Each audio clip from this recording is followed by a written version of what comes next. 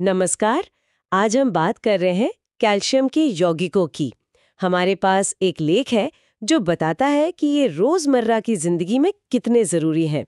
तो हमारा काम है इसमें से कुछ खास और दिलचस्प बातें निकालना। देखिए, कैल्शियम का नाम सुनते ही हमें सिर्फ हड्डियां याद आती हैं, है ना? पर इसके जो यौगिक है वो तो मतलब सीमेंट से लेकर दवाइयों तक हर कहीं है। तो चलिए जरा इसे खोलकर देखते हैं। शुरुआत करते हैं कैल्शियम ऑक्साइड से, CaO। इसे बिना बुझा चूना भी कहते हैं शायद। हाँ बिल्कुल, क्विक लाइम। ये बनता है चूना पत्थर को, मतलब कैल्शियम कार्बोनेट को, बहुत ऊंचे तापमान पर गर्म करके। और इसका इस्तेमाल सबसे ज्यादा तो सीमेंट उद्योग में होता है। अच्छा। और खेती में भी, अगर मिट्टी थोड़ी अम्लीय हो, मतलब एसिडिक हो, तो उसे ठीक करने के लिए। लेकिन सबसे दिलचस्प है इसकी पानी के साथ प्रतिक्रिया। वो काफी तेज होती है। तेज मतलब खतरनाक? आप खतरनाक तो नहीं अगर ध्यान रखें, पर हाँ बहुत ज्यादा गर्मी निकलती है। ये एक ऊष्माक्षेपी मतलब एक्सोथर्मिक रिएक्शन है, और पानी मिलाने पर यह बन जाता है कैल्शियम हाइड्रोक्साइड, CaOH2, जिसे हम बुझावा चूना कहते हैं। अच्छा, तो ये दोनों जुड़े हुए हैं, एक से दूसरा बनता है। जी तो ये जो भुजावा चूना है, यही वो चीज है जो सफेदी मतलब व्हाइट वॉश में इस्तेमाल होती है। बिल्कुल वही।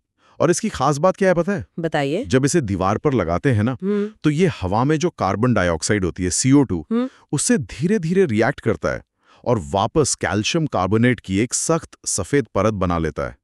अरे वाह, मतलब वो सूखकर जो सख्त होता है वो असल में वापस चूना पत्थर जैसा बन रहा है। हाँ, एक तरह से वही प्रकृति का चक्र पूरा हो जाता है। और इसी गुण के कारण इसे फैक्ट्रियों के धुएं से सल्फर डाइऑक्साइड जैसी अम्लीय गैसें हटाने में भी इस्तेमाल करते हैं। पर्यावरण के लिए अच्छा है। क्या बात है।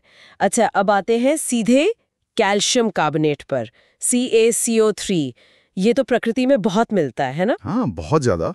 चूना पत्थर, संगमरमर, चौक, यहाँ तक कि सीप और शंख में भी यही होता है। सही। और ये बनता भी है, जैसा हमने कहा, बुझे हुए चूने और कार्बन डाइऑक्साइड की प्रतिक्रिया से। और इसके उपयोग तो अनगिनत हैं। सीमेंट का तो ये मुख्य हिस्सा ही। टूथपेस्ट में होता है थोड़ा घिसने के लिए, एंटासिड गोलियों में। एंटासिड में पेट की एसिडिटी के लिए जो लेते हैं। बिल्कुल। वो कैसे काम करता है? हाँ, कैल्शियम कार्बोनेट थोड़ा क्षारीय है, मतलब बेसिक होता है।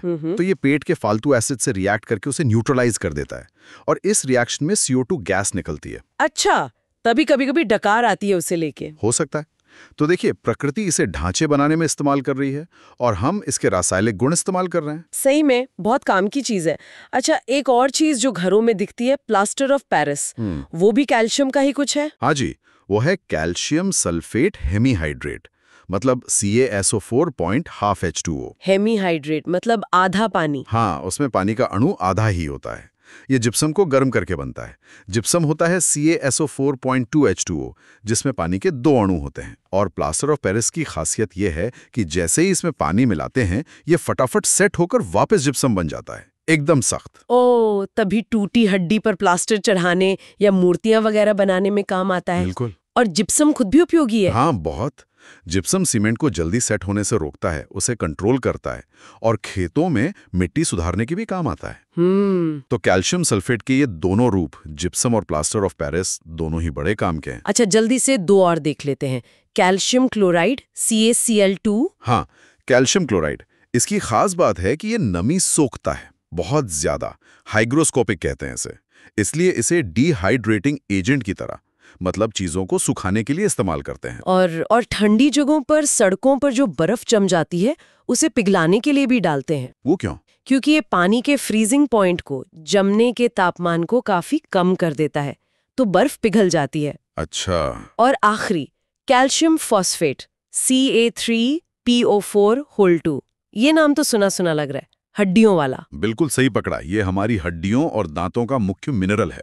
तो इसका जैविक महत्व तो है ही, पर क्योंकि इसमें फास्फोरस होता है, इसे उर्वरक मतलब खाद बनाने में भी इस्तेमाल करते हैं। और इसी तरह एक और है, कैल्शियम नाइट्रेट, CaNO3(2). वो भी उर्वरक है, पौधों को कैल्शियम और नाइट्रोजन दोनों देता है।